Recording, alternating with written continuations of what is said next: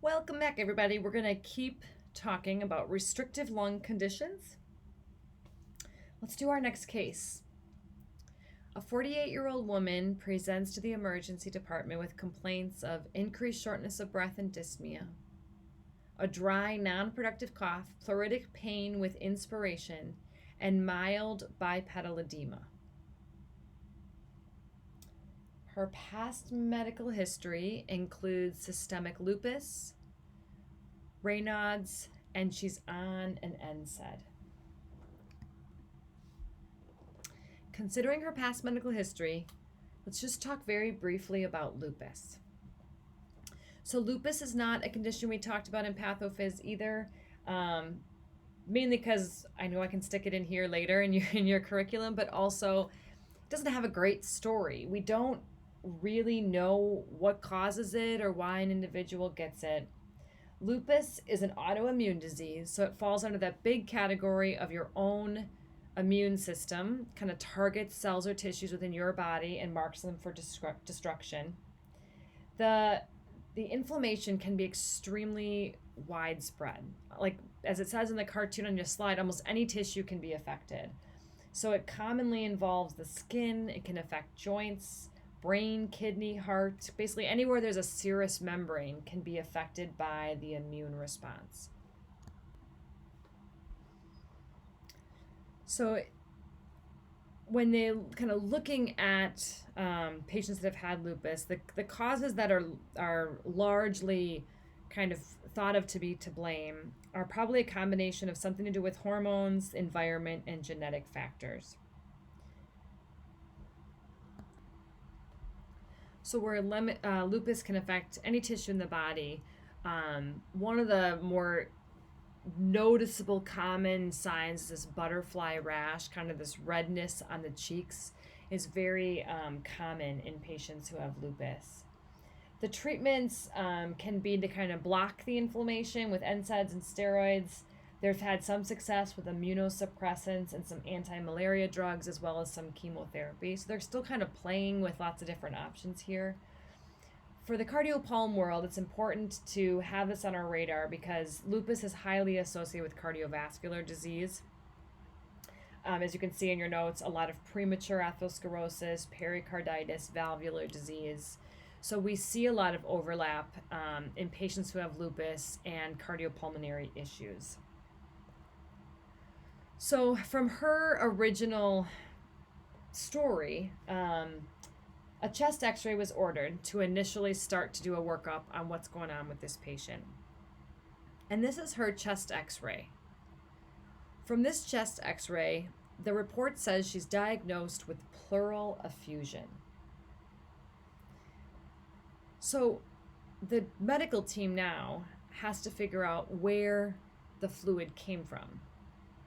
Let's just review quickly kind of this pleural effusion and where we are in her anatomy and what we're talking about. So if this is a lung, so here is a lung, very anatomically correct, sitting inside of a chest wall. The lining of the lung is the visceral pleura. So on the very outside of the lung is the visceral pleura.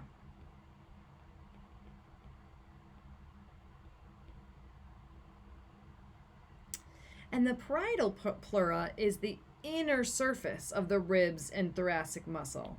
So right on the inside of this chest wall, we have the lining that is the parietal pleura.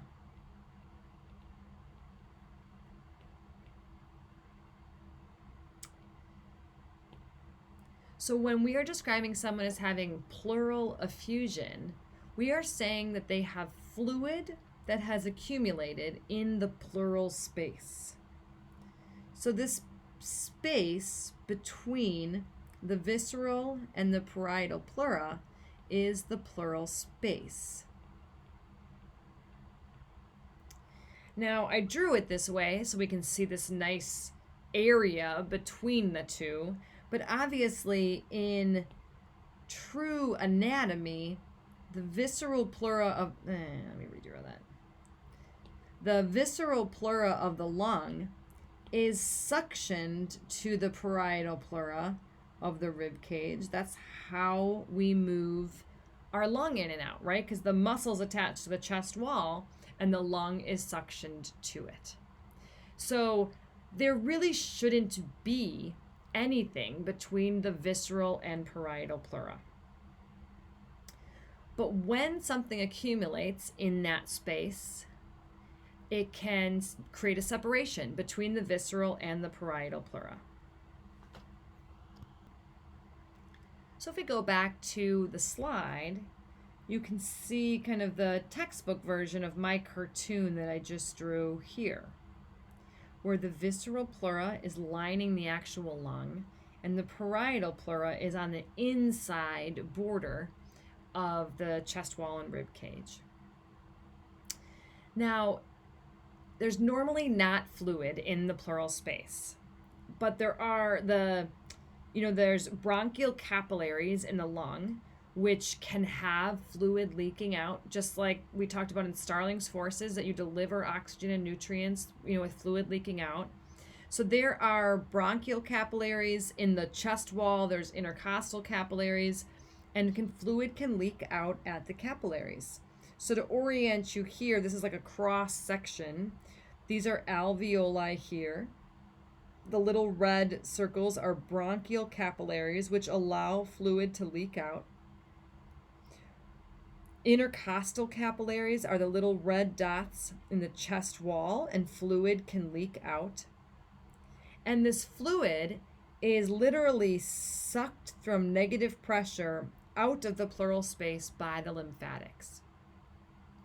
So there's almost like a suctioning or a vacuum-like effort of the lymphatics in the pleural space to pull any bit of fluid that leaks out and away, and that is how, in a healthy individual, we do not have fluid in our pleural space.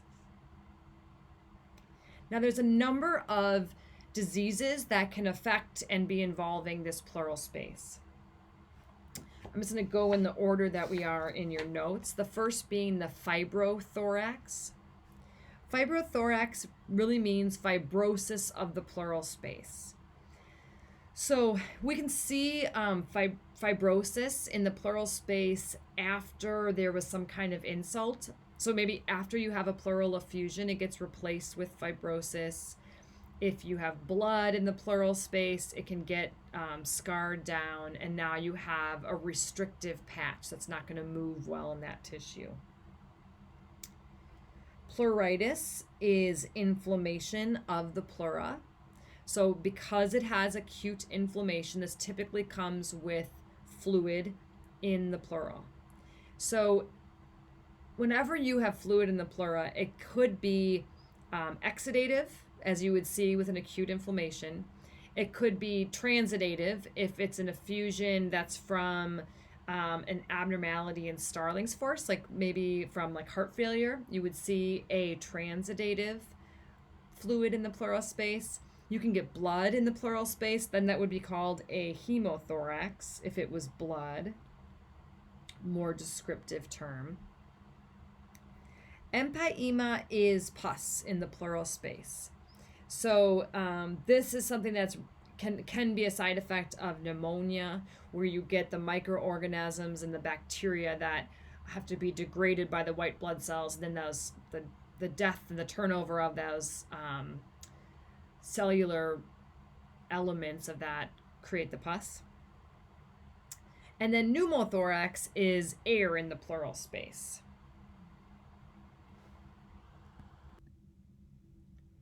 So pneumothorax is air in the pleural space.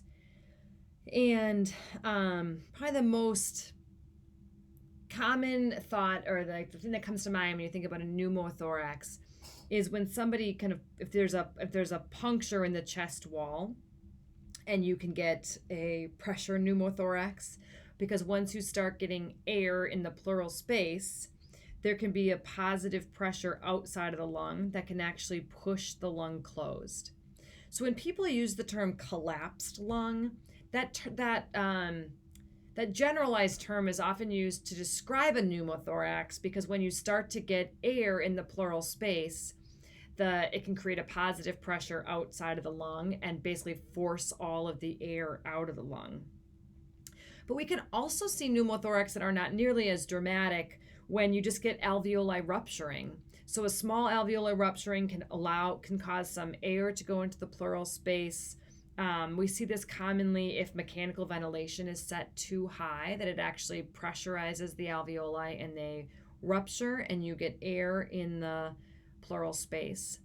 I just want to take a quick moment because this term collapsed lung is one of those things that is used so frequently, but what we're really talking about, so pneumothorax is the air in the pleural space. Okay, so this is just simply air in pleural space. This doesn't really tell you what's happening with the lung. Oop, what happened there? Pleural splash, I think I was writing. Air in the pleural space. What's happening to the lung is really describing what's called atelectasis. Atelectasis is an area of lung that has collapsed or isn't inflating properly. So when there's air in the pleural space, this can cause atelectasis. But atelectasis can be caused from a number of things. We can see atelectasis in a fibrotic lung with fibrosis. Because you can't get enough air in, you start to collapse the smaller airways because you need air to keep those alveoli open. We can see atelectasis after surgeries where people haven't been taking deep breaths and airways start to collapse. This resorptive atelectasis that you see at the top can be caused from mucus plugs in the airways. If the airway to a certain part of the lung gets blocked with mucus, you can no longer get air, fresh air into this area of the lung, and that gas will be resorbed and be taken up by the body, and that part of the lung will be collapsed because you can't be adding fresh air to it. These are all examples of quote-unquote lung collapse, but from other mechanisms, not just from external pressure. So one of the causes of lung collapse or atelectasis is compression from the outside. And that compression could be from fluid, like a pleural effusion, or it could be from air, like a pneumothorax.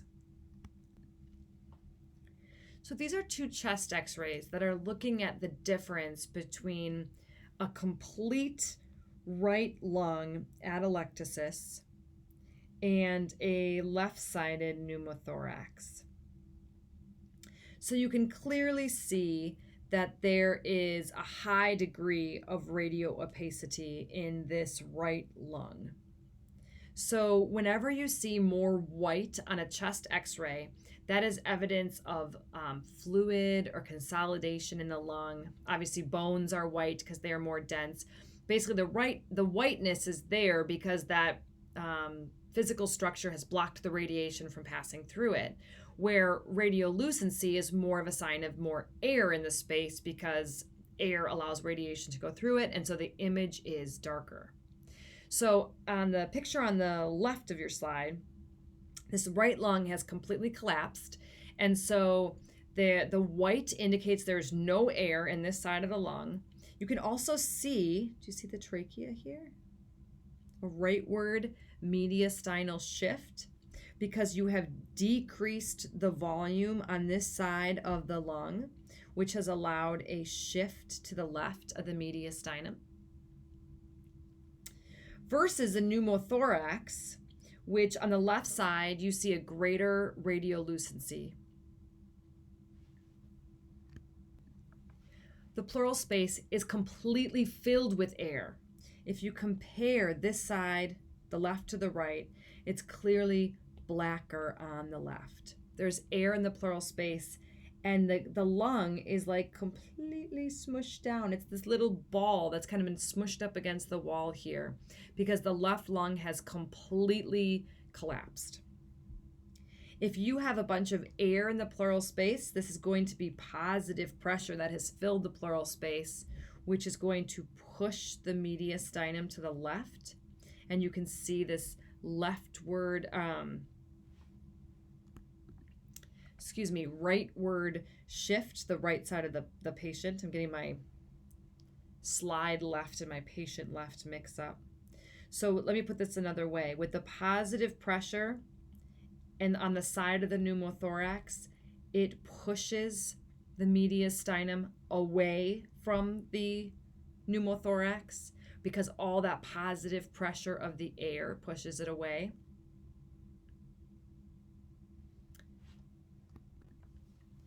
You can see all the positive pressure on the left side has actually depressed the diaphragm. It's smushed it down.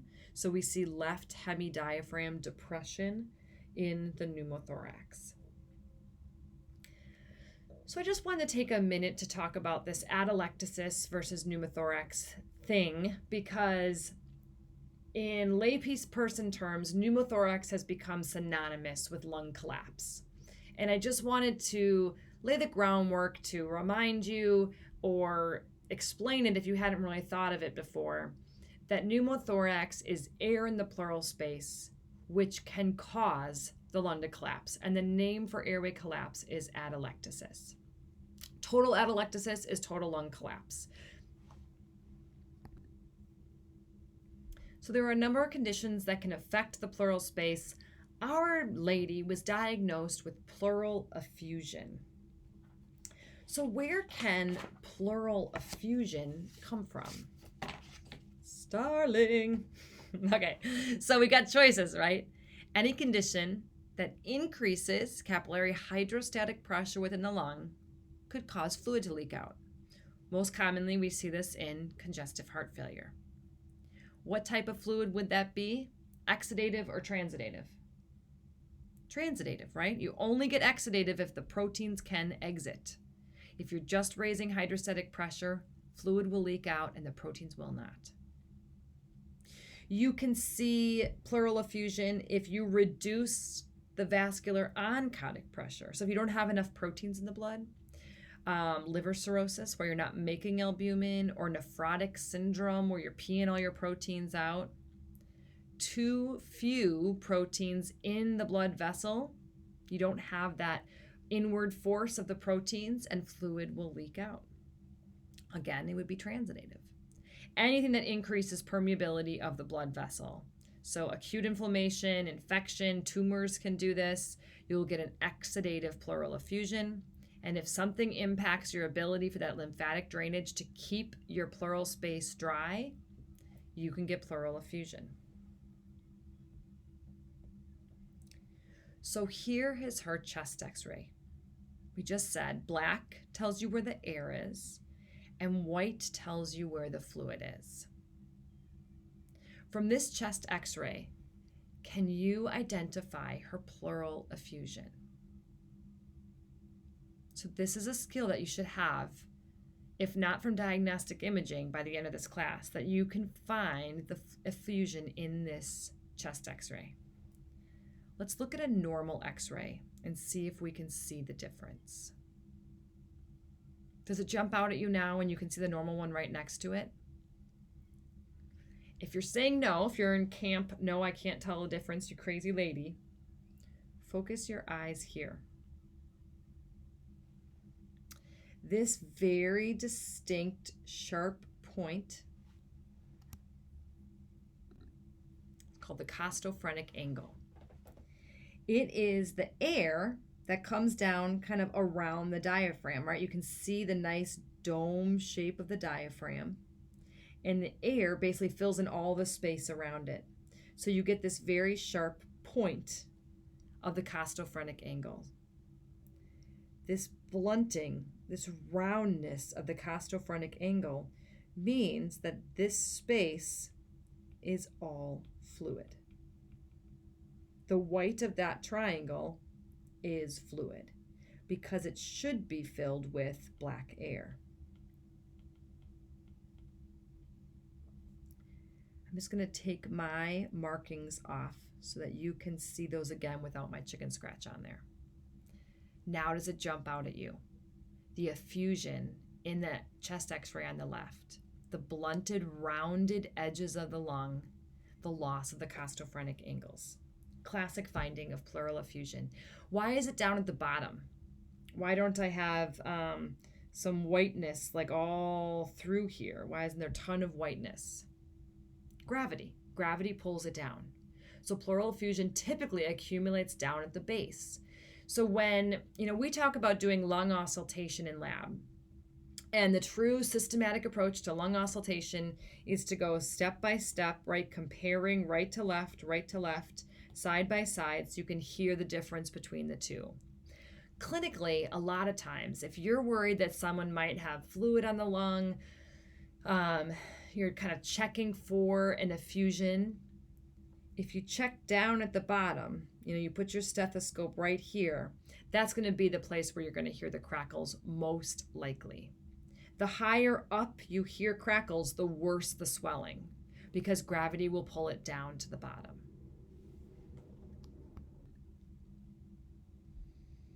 All right, let's review her symptoms. I think too often in the pulmonary world, we just kind of say all the symptoms, dyspnea, cough, shortness of breath, and we don't think about it anymore. But let's actually think about why she's having these symptoms. And the reason for that is especially if you're in an outpatient setting, you are absolutely going to run into people that have pulmonary symptoms that you will need to not so much diagnose, but differentially diagnose and possibly refer because of what you find. So let's just think about it a little bit. Let's talk about dyspnea first. I'm just going to bring this chest x-ray up again. Why does having fluid outside of the lungs cause dyspnea?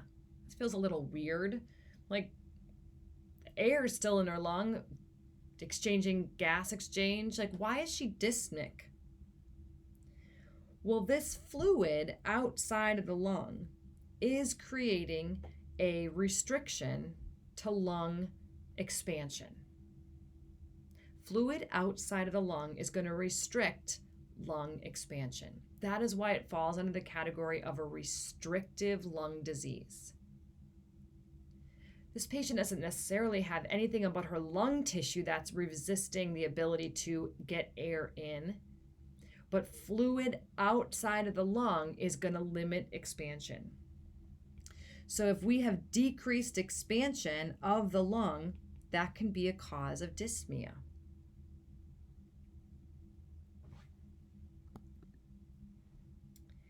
If air isn't getting into a section of lung, but blood flow is still going by, that's called shunting, right? Where blood enters the lung, but as it goes by the lung, there's no fresh air there to pick up, so it comes out on the other side and hasn't picked up any oxygen.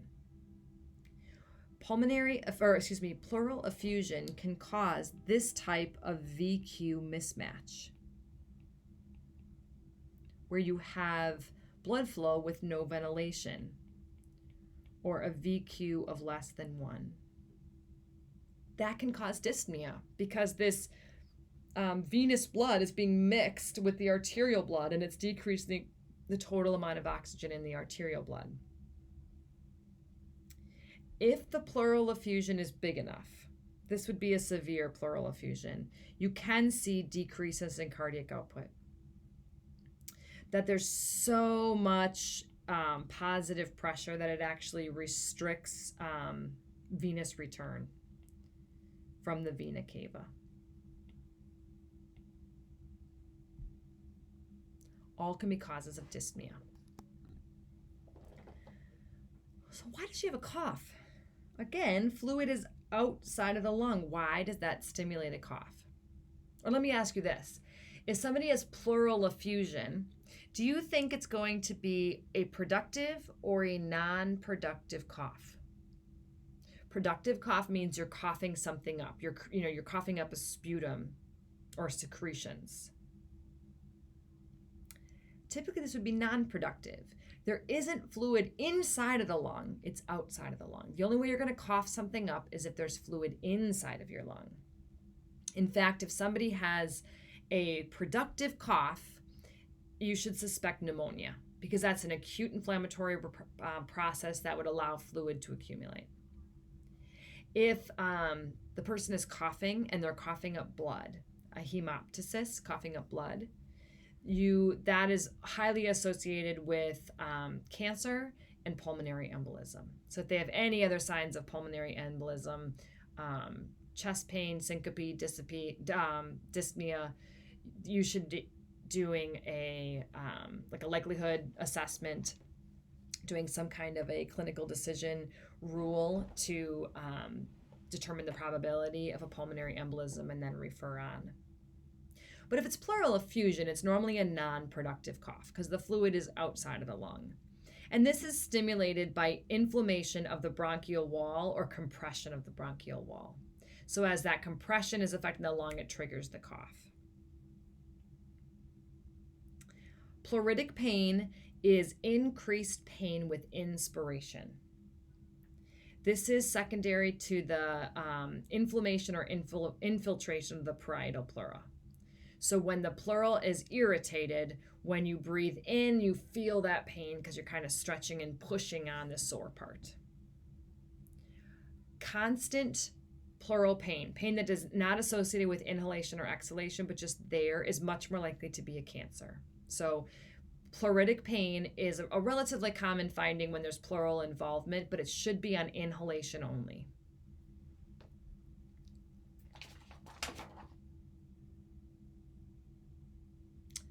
All right, so other clinical manifestations, you would expect PFTs to resemble a restrictive lung dysfunction if the volume of the pleural effusion is big enough. ABGs are typically normal. There is some degree of reflex vasoconstriction. So we said there can be VQ mismatch where blood is shunted through. If it's a small enough area that's affected, you can get reflexive vasoconstriction, which would shunt the blood to the areas of the lung that still have oxygen. So the larger the effusion, the more trouble you get into with the VQ mismatch. Commonly, ABGs are normal in a pleural effusion. Breath sounds, when you have fluid in the lung, sound travels better over a liquid than through air. So you might find signs like bronchial sounds or egophony just above the effusion. Now, if you put your stethoscope right on the fluid, there won't be breath sounds because there's no movement of air within the fluid. But if you go just above where the fluid is, that sound just bounces off that liquid and you hear it really well in your stethoscope. You may hear a pleural rub if the pleura is inflamed from that fluid being there.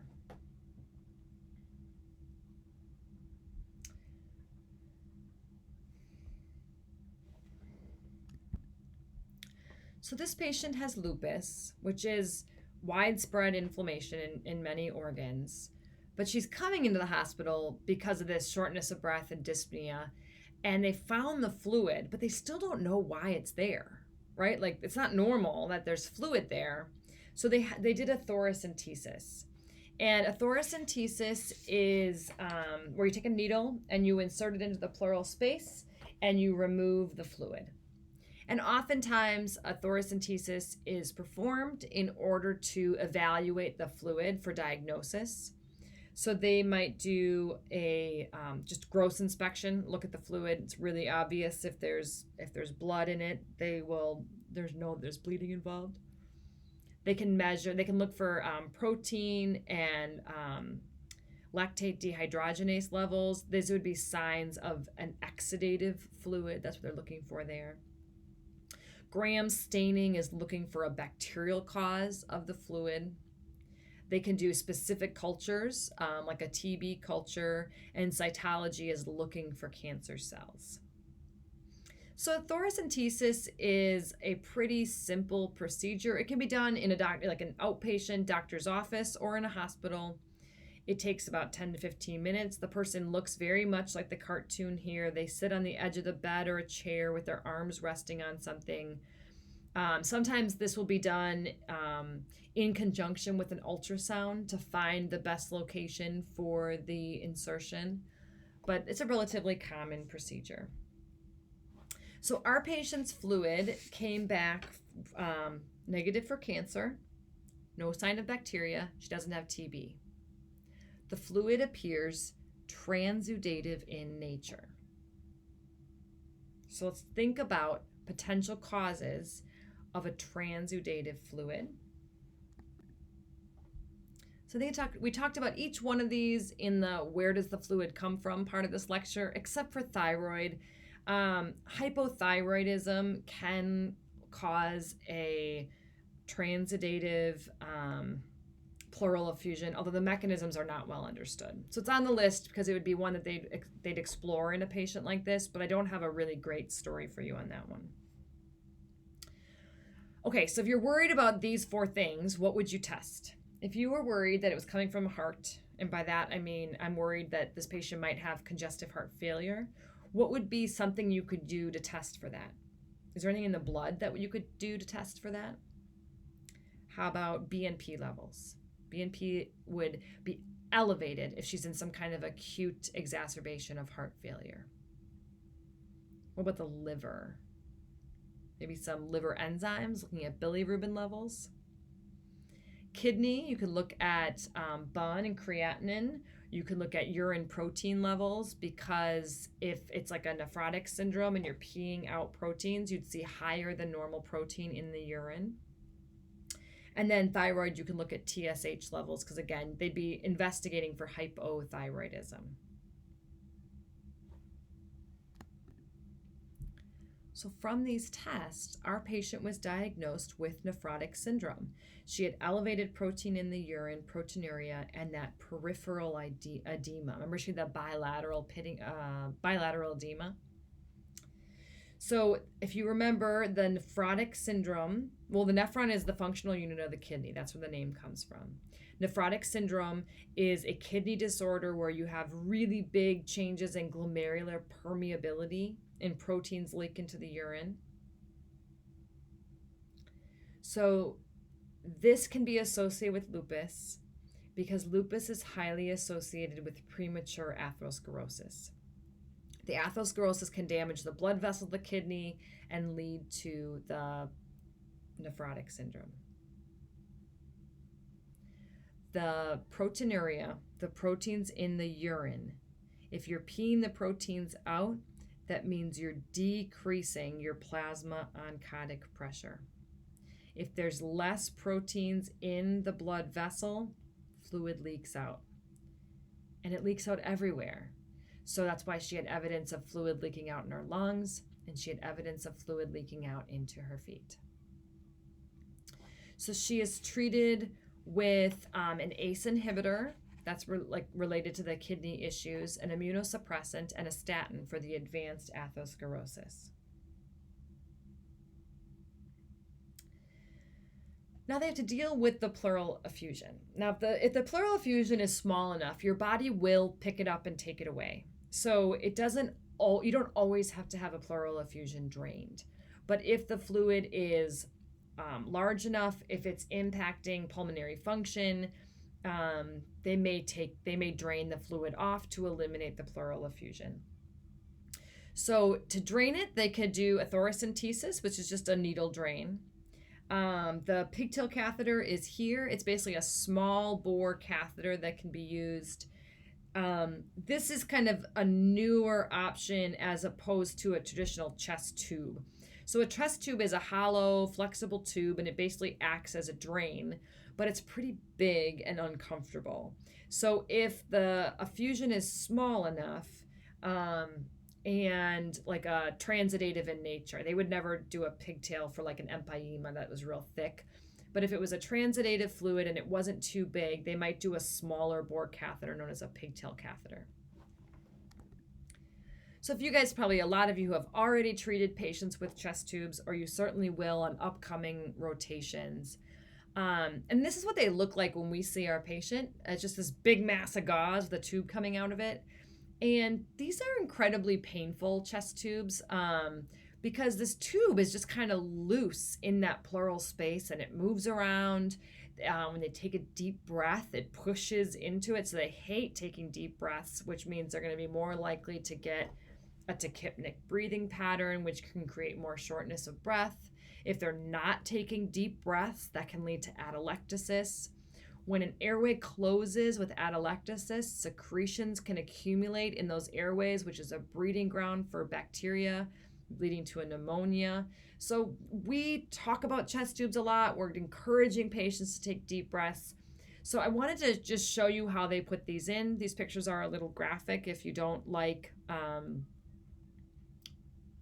not blood and guts. I was going to say blood and guts. They're not that bad. It's a small incision, but I just wanted to warn you in case you're someone who doesn't tolerate these kind of pictures well.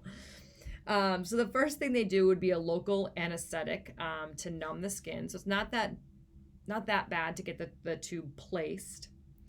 They would do a very small skin incision, typically around 4 centimeters or so. They're always going to make the incision in the same direction as the rib. Then they put the hemostat into the incision and they slowly advance the hemostat. So you go in with the hemostat closed and then you spread it open for a blunt dissection of the tissue to move further into the tissue. Once they've slowly made their way through the tissue, they will place the trocar. Trocar is a sharp, non-bladed tip, kind of hollow tube that has a seal.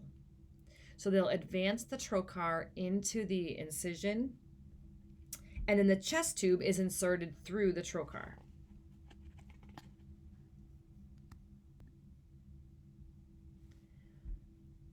Trocar is removed and chest tube is in its position. So you can see it is just simply a tube that's been placed into this area. And then they suture the chest tube into place. So it is a stable tube, right? It's stitched into place. That gives you more stability. Cover the whole thing up with gauze, and this is normally what we see on the outside. So for our patient that had a pleural effusion, they identified the cause of her fluid related to the kidney. They started a medical treatment plan to address the cause, and then inserted chest tubes to drain the fluid out, which would remove the immediate symptoms of the immediate pulmonary symptoms. Because if you go back to why she was having those symptoms, it was the restriction from the fluid on the chest itself, limiting the expansion and stimulating the cough because of the irritation of that fluid on the pleura. And from here on out, it's just sort of medical management of the kidney, and the pulmonary issue has been resolved. All right, this is a little bit of a short video, but I don't want to cut the next one in half. So I'm going to end this one here before we start the next case. Thank you for your attention.